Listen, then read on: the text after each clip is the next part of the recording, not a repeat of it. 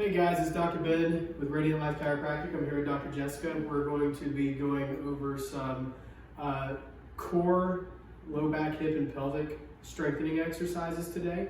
For most people who sit a lot or just don't exercise, we tend to lose stability in our core very quickly, and we're going to go over exercises that target three main areas of the core. So when we look at it, we're going to look at exercises for the deepest layer of the abdominal wall called the transverse abdominis. When people suck in, that's the muscle that allows you to suck in and hold it. The next one is going to be the erector spinae group, which are the muscles that go up and down your spine. That's what holds you upright. And then your glutes.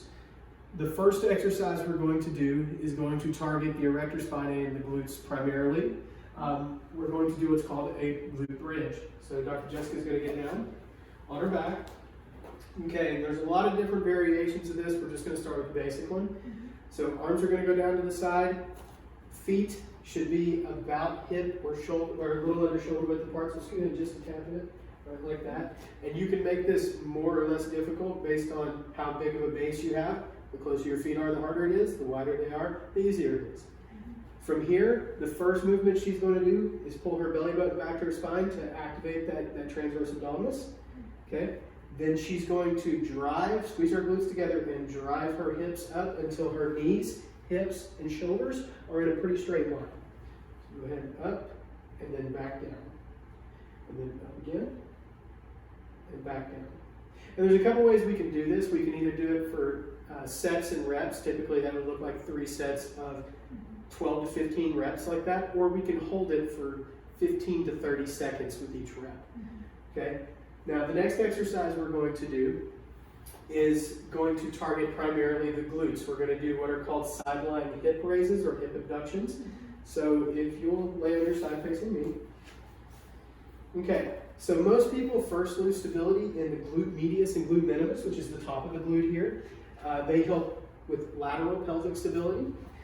So what we're going to do, you want to, in order to do this, see if we just do it straight out to the side here, you're doing a whole different muscle group than targeting just the top of the glutes. We want to pull into extension, which helps to bring in the glutes. So we're going to make sure at all times, straighten out just a little bit, that the top leg, the leg we're raising, stays in front of the bottom leg. All right, from here, I'm going to have Dr. Jessica take this hand. So we're going to look for the glute medius here. If you just come right off the top of the hip, that first muscle you land in right on the top of the hip there, that's the glute medius. She's going to keep the leg straight.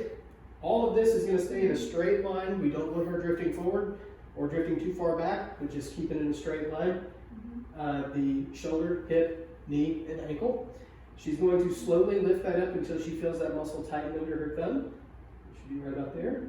And then slowly back down, slow and controlled. And then again. Slow and controlled.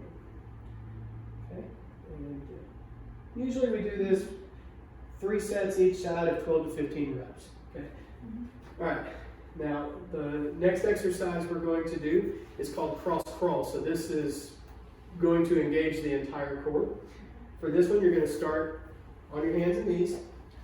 You want to put a little bit of bow in the back, and then look straight ahead.